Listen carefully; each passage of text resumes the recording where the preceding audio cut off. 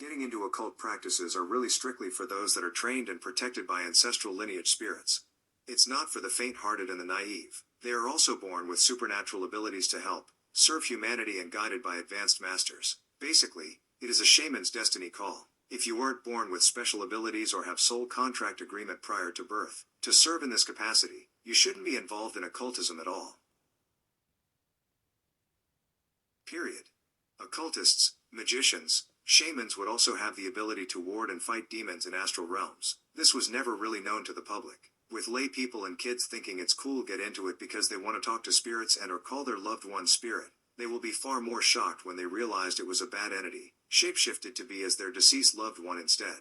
The problem is people think it's okay to call a spirit of a loved one back to earth to keep them comforted. The dead should left alone to evolve or moved on, not be held up here on earth. Believe it or not, the ones that have evolved are very busy in the spirit realms helping others to get processed/healed. It's your ego that caused this problem because you didn't know what's wrong or right and thought everything should be easy as it is to summon something when you have zero supernatural full-fledged third eye to discern from evil and what's benevolent.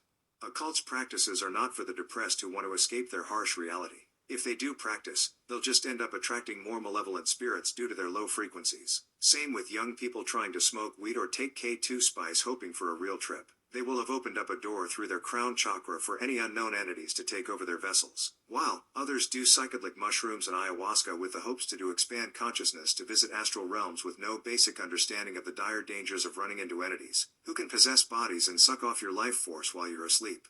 You used your grieving and lack of direction in your youth to go into occults, which was a bad reason to begin with. This entices the negative entities more to attach to you, giving the entity a reason to feed on your negative energies as their primary source of food. Really, you should have sought help with a counselor to deal with your grieving. Time heals. It also reminds me of the occult/horror movies that Hollywood are currently filming that depicts a family getting into occult rituals in order to talk to the deceased loved ones and ends up sacrificing a human being to bring their loved one back, because they can't let go. It was your depression that drew the dark spirit to feed on you. You are not the only one I have heard of trying to seek answers from astrology to explain why a loved one deceased or overanalyzed why a loved one suffered. The need to seek reasons to justify their pain and also explanations, which then turns into some form of obsession, continuously fuels more of their depression. The cycle of birth and death of humans are natural as the natural cycle of plants and animals on Earth.